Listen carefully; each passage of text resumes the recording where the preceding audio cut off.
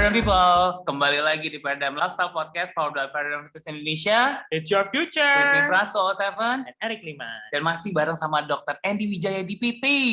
Hai dok. Halo, ketemu lagi, long time no see.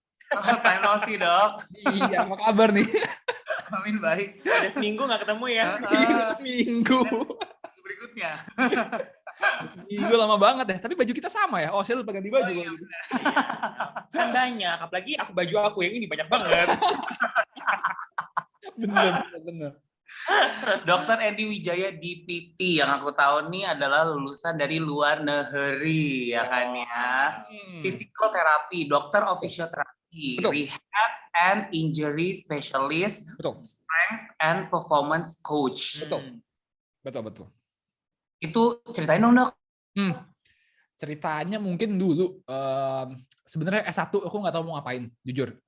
Kuliah cuma ngambil S1 aku tuh biomedicine, kayak medical science lah ya. Terus di sono aku mulai demen nge-gym, mungkin tuh tahun 2012 lah. Waktu di college udah mulai nge-gym. Jadi S1 ngambil medical science, mungkin kepikiran jadinya mau medical doctor, dokter umum. Tapi setelah nge-gym, segala macam, banyak cedera, aku nemuin, loh, ini kok ada DPT, dokter fisioterapi. Dan fisioterapi di luar tersebut itu sangat berbeda dengan di Indonesia. Karena aku juga sering cedera di sini kan. Kalau di sini kan kita kan kalau ingat fisioterapi mungkin mindset-nya dipanas-panasin, dikasih ini, dikasih itu, mesti ke dokter dulu baru bisa ke fisio. Fisionya cuma ngerjain punyanya dokter. Tapi ternyata di luar nggak begitu. Fisio itu merupakan derajatnya kita ngomong setara lah dengan tenaga kesehatan lain. Dan bisa langsung melihat pasien, bisa langsung diagnosis, dan memang fisioterapi itu lebih spesialis ke pergerakan. Kalau dokter umum, medical doctor, mereka basic tentang pergerakan atau muskuloskeletal itu sangat-sangat minim. Jadi makanya kalau ada masalah dengan pergerakan, itu mestinya langsung ke fisioterapi. Bukan ke medical doctor. Kalau di Aussie, aku nyadarnya gitu. Terus dari sono, gara-gara mulai nge-gym, aku S2-nya pindah ke DPT. Nggak jadi medical doctor, ngambilnya dokter of physiotherapy. Terus juga kan dari dulu mulai nge-gym, emang waktu S1 juga ngambil sertifikat coaching, nutrisi, banyak banget dulu. Emang demen, hobi, dan ya cocok deh dua-duanya. Jadi gabung jadi satu. Jadi bisa nanganin orang yang sehat, yang mau goal tertentu, atau bisa nanganin juga orang yang sakit, butuh sembuh dan rehabilitasi. Gitu deh cerita aku. Oke. Nah jadi untuk kayak dari pengalaman dokter sendiri ya, misalkan waktu saat olahraga injury, atau kita sekarang udah paham nih gimana caranya mengatasi orang-orang yang mengalami injury dengan melakukan pergerakan, dengan bergerak. Ya. Betul. Ya. Tapi benar sih kata dokter, kalau banyak banget orang yang fisioterapi udah dipanas-panasin gitu kan. Ya. Hai pemirsa, ini bukan setrikaan. Ini bukan microwave. Ya. Ini fisioterapi. Matang. Ya. Sekarang sebenarnya udah agak lebih maju di Indonesia, udah agak lebih maju, tapi masih kurang, masih belum dari segi fisioterapisnya sendiri profesinya udah berkembang, tapi masih belum sepesat itulah. Jadi yang mindsetnya exercise sudah ada, tapi yang pasif, yang cuma panas-panasin tukang alat juga masih banyak gitu. Sayangnya di situ. Dan dari masyarakatnya juga kadang-kadang orang bingung, loh, kok saya sakit pinggang disuruh ngelakuin exercise ini? Bukannya mesti tidur. Bukannya mestinya nggak boleh gerak. No, exercise yang tepat itu efeknya sama kayak obat. Kalau exercise tepat untuk kondisi Anda, exercise-nya bisa langsung membantu ngurangin rasa sakitnya. Langsung efeknya. Nah, biasa kan orang-orang kalau injury, cedera, betul. Ini orang-orang yang konsultasi atau mungkin orang yang minta bantuan dari dokter nih, pasien-pasien. Itu kira-kira tuh mereka paling sering injury apa sih, Dok? Paling sering injury kalau lagi PPKM gini, pinggang, leher, lutut, bahu.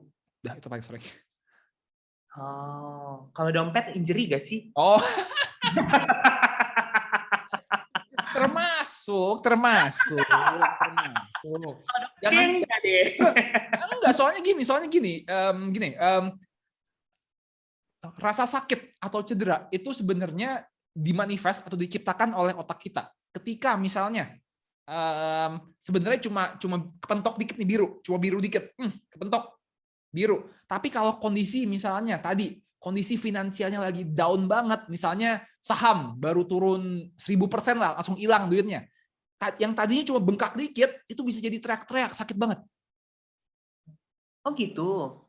Jadi our mindset, our condition, mental condition, our emotional. Kalau tadi kayak teman kita yang lagi galau, kalau kayak minggu lalu teman kita yang lagi galau itu, dia cedera yang mestinya cuma sakitnya nggak sakit banget, misalnya cuma kayak ketusuk dikit, jadinya sakit banget, jadi bisa kesilet pisau.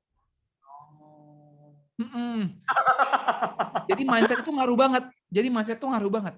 Kondisi emosional kita tuh ngaruh banget terhadap rasa sakit yang kita rasakan. Betul banget. Oke, ternyata ngefeknya gitu ya dari mindset justru ya. Dari mindset, dari otak semuanya. Apapun yang mempengaruhi otak kita, kalau lagi galau, lagi kenapa, cedera yang biasa aja bisa jadi sakit banget. Yang tadinya pegel-pegel bisa jadi cedera.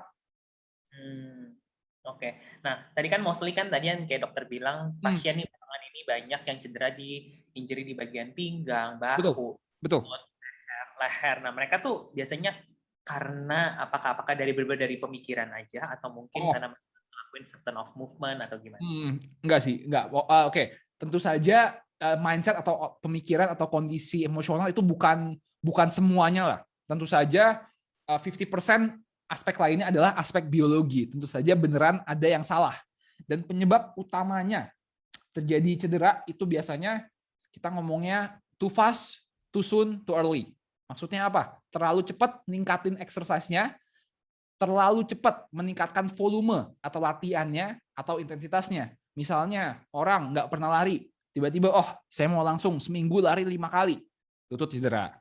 Misalnya nggak pernah nge-gym, atau enggak nge-gym biasanya ngangkat 10 kilo di squat, tiba-tiba langsung maksa 50 kg, cedera. Jadi biasanya tuh yang bikin badannya kaget itu yang bikin cedera. Tadi apa aja? Too fast, too soon, too early. Too fast, too soon, too early. Iya. Ya, Dok, aku tambahin ya. Apa nih? Tulul.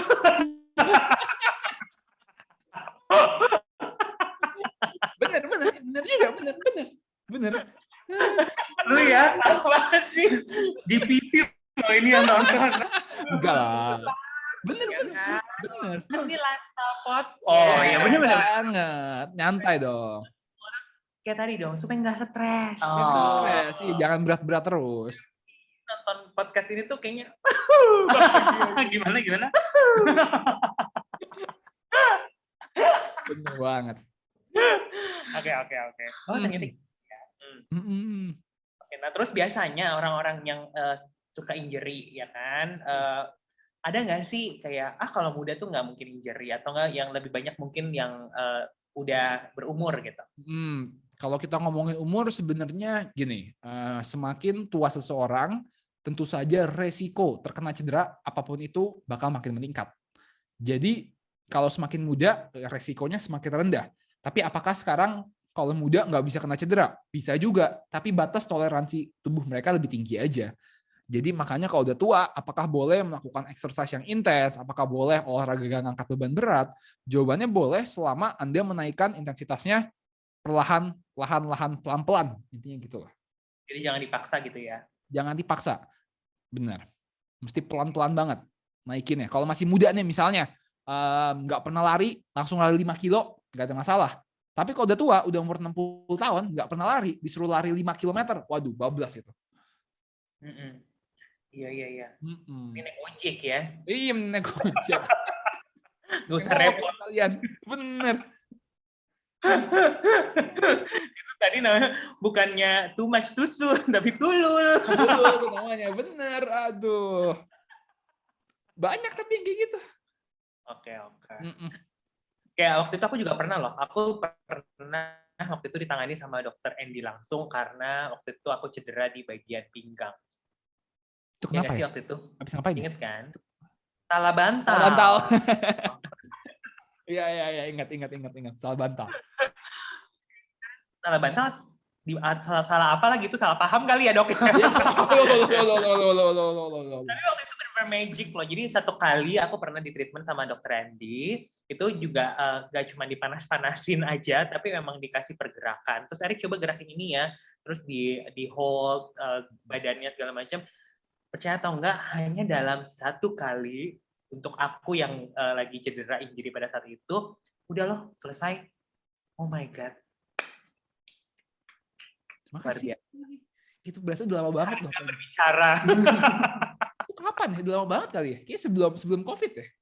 Ya, udah belum sih, lupa. Aku juga lupa, berasa udah lama banget loh. Berasa udah kayak bisa berapa puluh tahun, nggak puluh juga sih, berapa tahun yang lalu. Berlebihan deh. I see. Nah, justru orang-orang kalau yang injury adalah treatment yang memang mereka harus bergerak, jadi supaya ngebantu penyembuhan ya. Bener, jadi kalau cedera itu jangan malah takut, jangan malah nggak gerak. Tentunya semua gerakan yang sakit harus dihindari. Kalau sakit jangan dipaksain. Tapi kalau yang nggak sakit, ya jangan takut, lakuin aja. Itu kuncinya. Oke. Nah, misalnya gini, orang cedera nih kadang-kadang, bukan kadang-kadang, tapi most of the people gitu kan ngerasa mungkin ada yang lututnya sakit, gitu kan, rasa pada saat jalan lututnya nggak enak, gitu. Terus, tapi mereka pikir ya ntar juga sembuh, ntar pas hilang, sembuh lagi, dan mereka tuh pada akhirnya ngediemin tuh dalam certain of time, gitu kan. Nah, sampai pada akhirnya mungkin karena waktu juga, akhirnya malah jadi makin sakit, Dok. Benar. Kadang-kadang awareness orang tuh nggak sampai situ untuk melakukan action. Nah, what do you think about that case, Dok? Ya, itu tentu saja kalau cedera didiemin, ya makin lama bisa makin parah. Tapi sekarang masalah di dunia kesehatan Indonesia sekarang, nggak cuma Indonesia sih, semua juga. Itu kebanyakan tenaga kesehatan, baik itu dokter maupun fisio, ataupun yang lain, itu mereka cuma nanganin simptom doang. Mereka nggak mencari tahu penyebab cederanya apa. Misal, sakit di pinggang, sakit di lutut. Oh, dikasih obat antiinflamasi, kasih obat anti nyeri, dipanas-panasin, pakai alat, udah. Tapi mereka nggak nanya, ini kok kenapa bisa sakit lutut ya? Ini kok kenapa bisa sakit pinggang?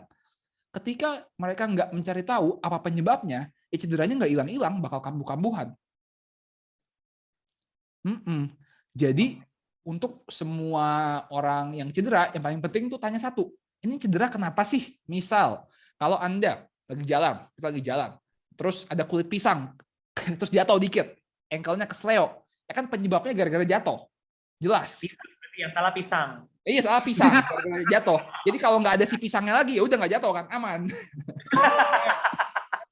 Tapi kalau misalnya cederanya tuh build up doang, kita nggak nyadar kenapa. Misalnya kok tiba-tiba makin lama lutut saya sakit ya, kok tiba-tiba makin lama pinggang saya sakit ya. Nah, harus dicari tahu kenapa.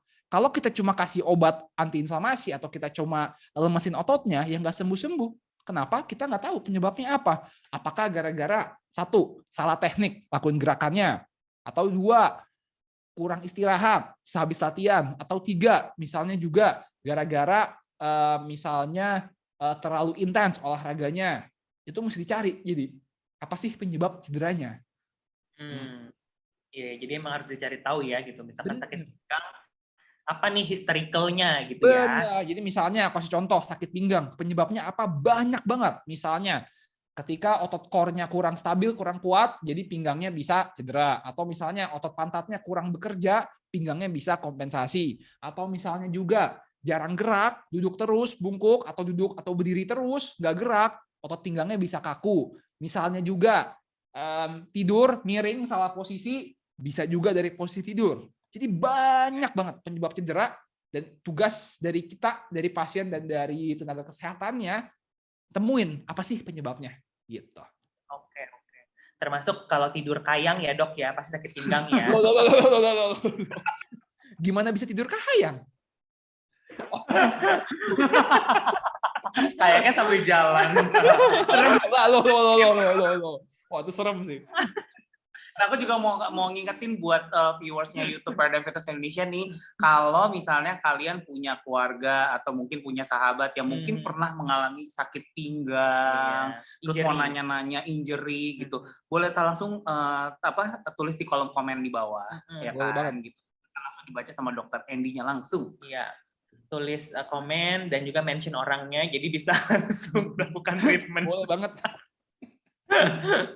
Ya kan? Nah, terus ada juga case-case yang mungkin karena mereka juga salah olahraga pada saat era-era di rumah ini, bener gak sih? Bener, salah teknik. Jadi biasanya tuh orang-orang, misalnya kalau kita latihan kaki, latihan squat atau deadlift, itu kan mestinya pakai otot paha, pakai otot pantat. Kalau pola gerakan mereka nggak bener, nggak pakai otot pantat, yang biasanya yang kompensasi si pinggangnya sakit. Atau misalnya juga nggak pakai otot pantat, terus malah pakai otot pahanya kebablasan, overload, lututnya sakit. Misalnya begitu. Oke. Nah, jadi solusinya adalah kalau kayak gitu, semua harus ikut online PT Paradigm Fitness Indonesia. Biar tekniknya bener ya, ada yang ngajarin. Ya. Jadi ada yang ngajarin guys. Ya, olahraga tepat dan sesuai dengan goal Anda. Wih, cakep. Dokter sendiri seminggu olahraga berapa kali, Dok? Seminggu sekarang 4 doang. Cuma 4. Cuma 4. Satu kali 7 jam kali ya? Enggak. Sekarang sekarang udah enggak seintens dulu, gara-gara sibuk. Paling 1 kali olahraga 1 jaman lah.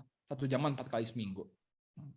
Dok, mau tanya nih. Dari case injury yang udah dokter ada, ya kan? Yang udah pernah ditanganin gitu. Ada nggak sih case yang paling challenge buat dokter? Case yang paling challenge. Terkadang sebenarnya yang bikin challenging itu bukan case-nya, tapi lebih ke personality dan mindset pasiennya. Oh, I feel you. I feel you. Jadi kan sama kayak misalnya, mau diet, mau turunin berat badan. Sebenarnya kita kalau sebagai coach ya diet caranya gampang ya gitu doang. Tapi ya kita harus adjust dengan pasien punya personality, pasien punya mindset, dan pasien punya lifestyle-nya. Jadi sebenarnya yang ribet itu bukan kondisinya, tapi terkadang yang ribet itu klien atau pasiennya. Artinya dokter ini pengertian orangnya. Pengertian. Sabar ya. Harus kita sabar. Harus sabar. Iya, kayaknya aku malah nyadar bahwa sebenarnya yang paling penting untuk seorang, kita ngomong coach itu ya, adalah sebenarnya bukan skill-nya, bukan atau dokter atau fisio atau semua lah. Yang paling penting itu sebenarnya gimana kita bisa menyesuaikan komunikasi kita, bisa menyesuaikan treatment atau olahraganya dengan klien atau pasiennya. Kalau nggak sesuai, pasiennya nggak mau dengerin, ya percuma. Sebagus apapun teknik treatment olahraganya, ya nggak bakal tercapai goalnya, nggak bakal sembuh. Oke. Kalau case yang paling lucu, artinya orang yang paling lucu personalitinya. Iya, ternyata ya ampun ini gara-gara ini gitu. Kalau yang paling lucu, yang gara-gara olahraga malam banyak sih cedera pinggang. Banyak. Seriusan? Banyak. Makanya aku pernah buat post di Instagram. Kalau Eric Frans pernah lihat, aku pernah buat post di Instagram. Itu adalah judulnya begini. Judulnya adalah posisi berhubungan yang aman untuk orang yang sakit pinggang.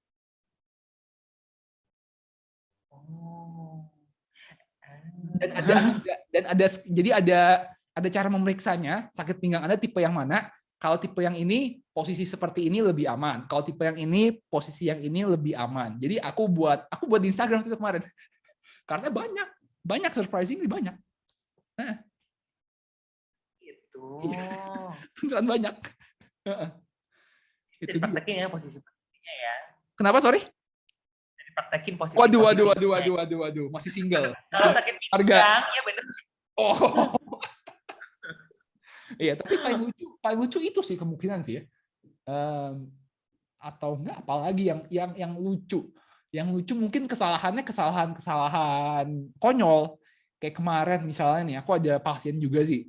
Dia itu habis operasi otot betisnya, Achilles. Jadi operasi ankle lah. Terus udah 6 bulan rehabilitasi, strength kekuatannya udah balik. Terus tiba-tiba dia lagi di Holy Wing ceritanya. Lagi di Holy Wing sama istrinya. Istrinya mungkin lagi minum, lagi ngapain, rada mabuk dikit. Jadi dia mau lari ngejar istrinya. Terus tiba-tiba sekalinya lari, melangkah, putus lagi. Bekas operasinya. Dan mesti operasi lagi. Itu udah bener-bener... Jadi dia tiba-tiba bilang saya, ini putus lagi nih kemarin. Terus saya nanya, abis ngapain? Dia bilang, ngejar cewek, hahaha. Terus saya kayak, hah? Beneran? Saya kira bercanda. Terus besokan datang, ya nih ceweknya istri saya kemarin ngejar di Holy Wing, tiba-tiba akselerasi, terus langsung putus lagi. Aduh. Soalnya gitu, itu lucu sih. Menurut saya itu konyol banget sih, tapi ya lucu. Oh, itulah dampak dari overprotective ya. Saya juga nggak tahu dia ngapain. Mungkin kalau dia ntar nonton ini ya bisa dilihat lah. Tahu orangnya. Ya. Mungkin time lebih lanjut. Wow, ini seru loh. Hari ini kita ngobrol tentang injury ya, yang orang-orang rata-rata mengalami hal yang sama gitu. Iya dok. Kalau misalnya injury yang karena kayak tadi nih, kayak aku kan sering banget salah bantal gitu, terutama di bagian leher. Itu sebenarnya kenapa sih ada ya beneran salah bantal ya? Bisa jadi beneran. Jadi gini, ketika cedera kayak salah bantal gitu, sebenarnya yang terjadi adalah ya ototnya doang itu kaku. Misalnya gini, aku tidur aku tuh begini banget, misalnya lehernya begini ya. Kalau aku begini, pasti otot-otot leher sebelah kanan aku nih, di sini sama di sini, dia bakal kaku terus. Bayangin tidur 8 jam begini, ininya kaku, bangun-bangun pasti sakit ininya. Jadi sebenarnya kebanyakan kalau kayak salah bantal gitu, itu cuma otot yang kaku doang. Jadi ketika otot yang kaku, apa yang mesti dilakukan? 1, dilemesin otot-ototnya, bisa pakai foam roller, bisa pakai bola atau dan lain-lain. 2, dikasih yang hangat-hangat atau koyo. Udah deh, hilang deh. Oke. Digini-giniin juga bisa ya dok ya? Bisa banget digerak-gerakin.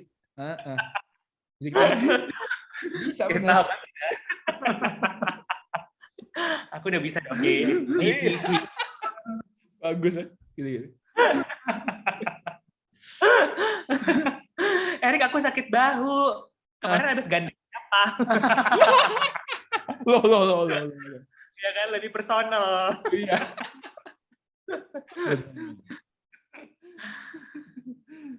Oke. Nah, terus dok, ada nggak saran dari dokter supaya orang-orang nih terbebas dari injury? Enggak gitu. Saran untuk terbebas dari injury. Oke. Saran terbebas dari injury, mungkin 1, pertama, ketika menaikkan intensitas latihan Anda, jangan terlalu cepat. Misal, kalau biasa lari 5 km, jangan langsung lompat ke 21 kilo, ke 10 dulu mungkin. Itu yang pertama. Kalau beban juga, kalau ngangkat beban, misalnya ngangkat 50 kilo, jangan langsung ke 100 kilo, ke 60 kilo dulu. Itu dari segi intensitas. Terus kedua, pastiin dengerin kata badan.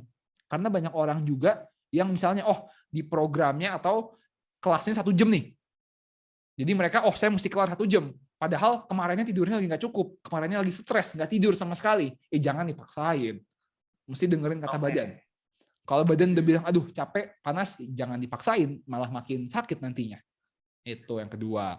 Terus juga yang ketiga, yang banyak orang nggak tahu juga nih, itu kita mesti tahu genetik tubuh kita. Nah, pada bingung. Gini, setiap orang itu punya genetik yang berbeda-beda. Dalam arti, bisa aja genetik saya itu orang yang gampang cedera, atau orang yang nggak pernah cedera. Kalian tahu nggak? Misalnya ada teman kita orang paradigm atau orang mana yang nggak ngapa-ngapain aja cedera, yang cedera mulu. Karena ada orang kayak gitu, ada orang yang cuma gini dikit cedera, gitu dikit cedera. Tapi ada orang yang udah ekstrim banget, nggak pernah cedera juga. Nah, ini di mana genetik ngaruh. Jadi kalau kalian orang yang gampang cedera, ya pastiin jangan aneh-aneh. Kalau kalian yang nggak gampang cedera, ya bebas, mau aneh-aneh juga nggak masalah. Itu paling. Iya. Itu lumayan juga ya kalau dikit-dikit cedera ya. Ada banyak kayak gitu loh, orang yang cuma misalnya nih, salah teknik dikit, aduh langsung cedera. Salah teknik dikit cedera. Tapi juga ada orang yang tekniknya ngaco, bertahun-tahun nggak pernah cedera. Ada juga. Jadi mesti tahu genetik masing-masing kita yang gimana. Unik ya. Unik, aku baru pertama kali dengar loh. Orang nggak ngapa-ngapain bisa cedera. Ya, tapi make sense. Karena kagetan artinya. Iya, benar. Kaget karena dia nggak terbiasa gitu. Ngerti nggak sih? Cedera, bener. Badannya emang dari sononya gitu. Bener. Misalnya kayak salah posisi dikit cedera, ini dikit cedera. Ada orangnya gitu. Aku ada pasien yang misalnya hampir kayak tiap 2 minggu ada aja cedera baru. Ada aja. Gitu. Tapi pindah-pindah itu. Pindah-pindah, ada aja, bener. Emang tubuhnya gampang cedera aja. Tapi dia orangnya, misalnya orangnya emang nggak sabaran. Jadi mau cepet-cepet, ya udah. Oke. Jadi kuncinya juga harus ada sabarnya ya, Dok ya. Bener banget. Bisa sabar juga ketika latihan. Iya. Unik ya. Unik loh. Tapi beneran sih, aku baru pertama kali dengar ada yang dikit-dikit cedera. Iya, genetik ngaruh banget terhadap cedera. Oke. Baiklah, semoga ya topik hari ini buat Paradigm Lifestyle Podcast untuk semua yang nonton dan dengerin ini berguna juga untuk kalian semua yang mungkin mengalami hal yang sama ya nggak sih? Kayak aku juga kalau atlet kayak gini juga tetap pernah cedera. Pasti yang atlet namanya. Cuman bedanya saya tahu badan saya ini kayaknya ada yang nggak enak nih. Dokter Andy. Langsung ke Dokter Andy. Langsung habis itu beres lagi. Bener. Uang tidak masalah. Bener. Thank you banget dok. Thank you banget dapat insight dari Dokter Andy. Nah, buat Paradigm People, kalau misalnya teman-teman tadi ngedengar bahwa ada yang kayaknya ada yang injury atau misalnya ada konten ini berguna buat yang mungkin akan melakukan treatment, boleh loh di-share. Karena dengan kita nge-share, kita tuh bukan cuma memberikan energi atau memotivasi atau just inspired, no. Kita bisa menyelamatkan hidup seseorang. Jadi keluarga kamu, sahabat kamu, atau siapapun dari kamu itu juga cepetan beres injurinya, ya kan? Gitu. Setuju. Selalu buat semuanya, dan kalau misalnya ada feedback, ada input, very welcome to let us know on DM, dan please follow our social media, ada banyak nih, ada di Instagram, ada di Facebook, ada di YouTube, ada di LinkedIn, ada di TikTok, ada di Thriller, dan kita ketemu lagi in the next episode of Paradigm Lifestyle Podcast, powered by Paradigm Fitness Indonesia. It's your future! Thank you, Dr. Andy. Thank you, Eric. Thank you, Franz. Thank you, Paradigm People. See you guys.